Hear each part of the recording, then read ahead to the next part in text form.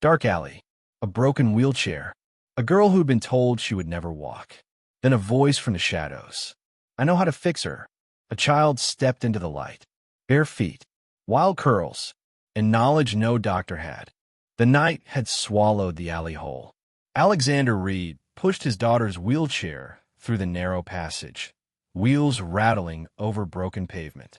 The city hummed above them, neon signs flickering, engines roaring, people rushing past. But down here, in the forgotten veins between buildings, everything felt abandoned. Sophia sat quietly, her small hands folded in her lap.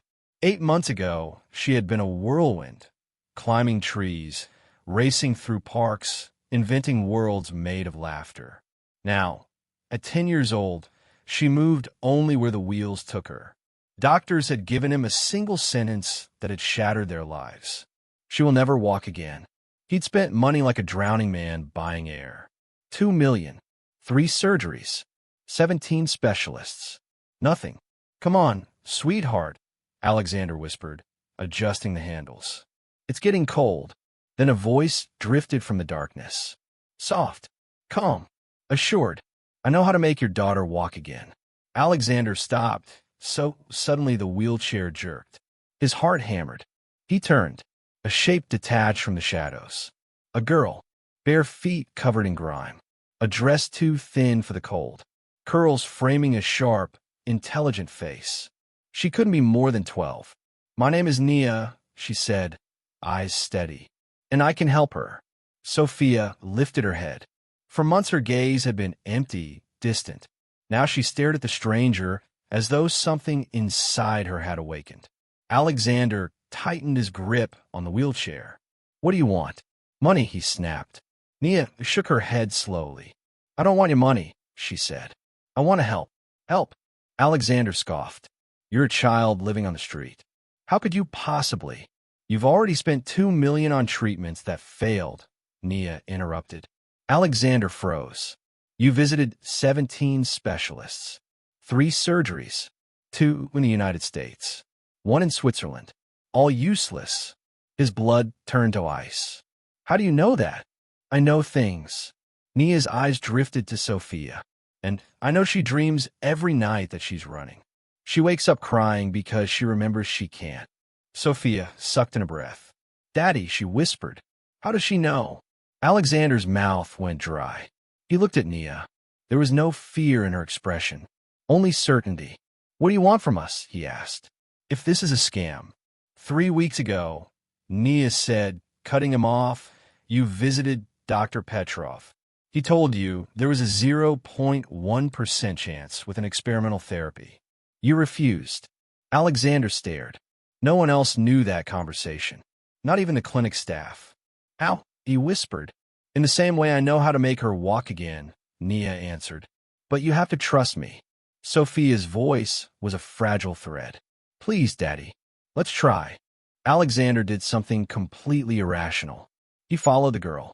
They moved through darkness, through streets they had never seen, places that didn't seem real in the daylight world. Graffiti-covered walls, rusting fire escapes, the smell of damp concrete and old secrets. After 20 minutes, they reached an abandoned warehouse, or so it looked from the outside. Inside, everything changed. Candles glowed. Shelves lined the walls. Jars of herbs, bottles of amber liquid, bundles of dried plants. It looked ancient and scientific at the same time, like a laboratory built out of memory. A tall woman entered, dark skin like Nia, a scar carved from temple to chin. Power in every step. I'm Zora, she said, Nia's guardian. I work at the Central Hospital. Alexander stared. You're a nurse, he said. Then you must know this is impossible. Zora lifted the hem of her pants. A prosthetic leg gleamed in the candlelight. That's what they said about me, she replied. He could not speak. We are not magicians, Zora continued. We're guardians of knowledge. Knowledge that has been burned, erased, dismissed. Nia stepped to Sophia and knelt. May I? Sophia nodded. Nia placed her palm on the girl's knee. Her eyes closed. Silence.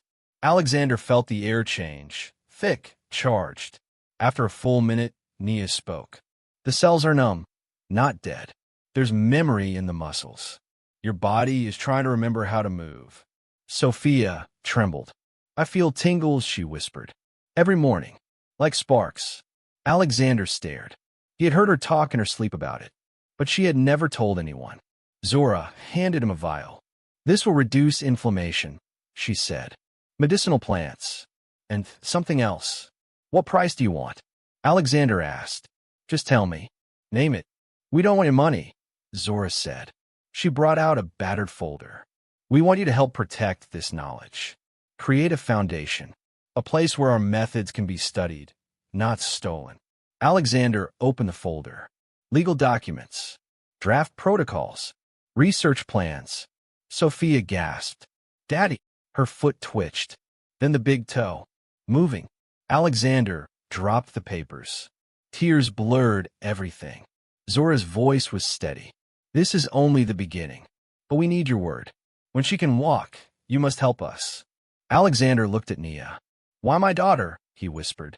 Nia met his gaze with eyes far older than her age. Because she has a pure heart. And because you have power.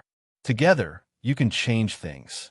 Far away, in a paneled office filled with expensive silence, a phone rang. Dr. Petrov listened. Yes, he said quietly. I believe Reed has found alternatives. A pause. Yes, we'll monitor it. He hung up. People like him did not believe in miracles. They believed in markets. Days passed. Sophia trained every morning. Nia found hidden points along her spine, places no surgeon had bothered to feel. Zora applied compresses, whispered instructions, kept notes. Dr. Ramirez, an independent neurologist, arrived to observe.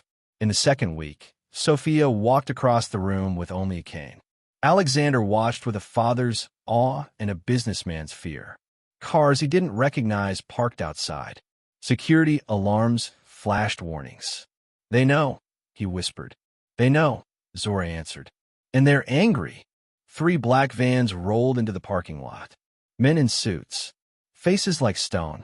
A predator's patience. At the front, Lawrence Green, CEO of NeuroCorp. Beside him, Dr. Petrov. Mr. Reed, Green said, smiling without warmth. We have a court order. Unauthorized medical practices. Alexander examined it. Interesting, he murmured. Signed by Judge Carlton. He owns 18% of your company through offshore accounts. Green blinked. I don't know what you're implying. You will, very soon, Alexander replied. Because we are broadcasting this conversation live. Security cameras whirred. Screens across the city lit up.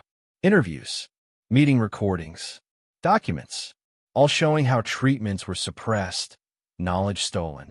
Green trembled. You have no idea who you're dealing with, he hissed. Alexander smiled. Oh, I do. But you seem confused about who you're dealing with. Sophia stepped out of the building. Walking. A cane, yes, but walking. Every camera turned. If you refuse to cooperate, she said softly, we will go to the public. A hush fell over the crowd. Thousands watched online. Hope rippled like electricity. Green looked defeated. Let's talk, he whispered. 3 months later, the world looked different. At Central University, a banner hung.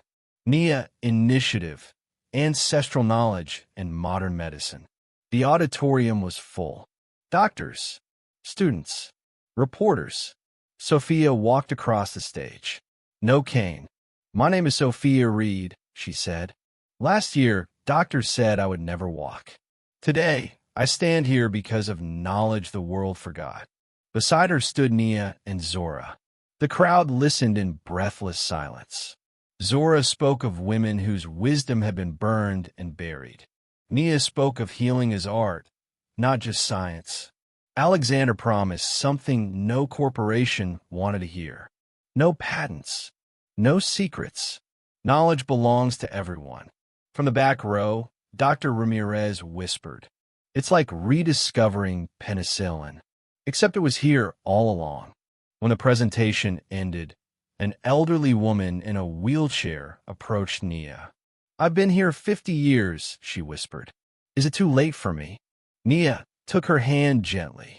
Knowledge belongs to everyone. So does healing. As the crowd dispersed, Alexander glowed with victory. He didn't see the glance between Nia and Zora. An ancient look, a knowing look, as if this moment had been written long before they were born. This was never just about one child learning to walk. It was about something bigger, a balance, a legacy, a revolution. All because one homeless girl stepped out of the shadows and said, I can help. Alexander would later say, I thought I was following a child out of desperation. I was actually being led into the future.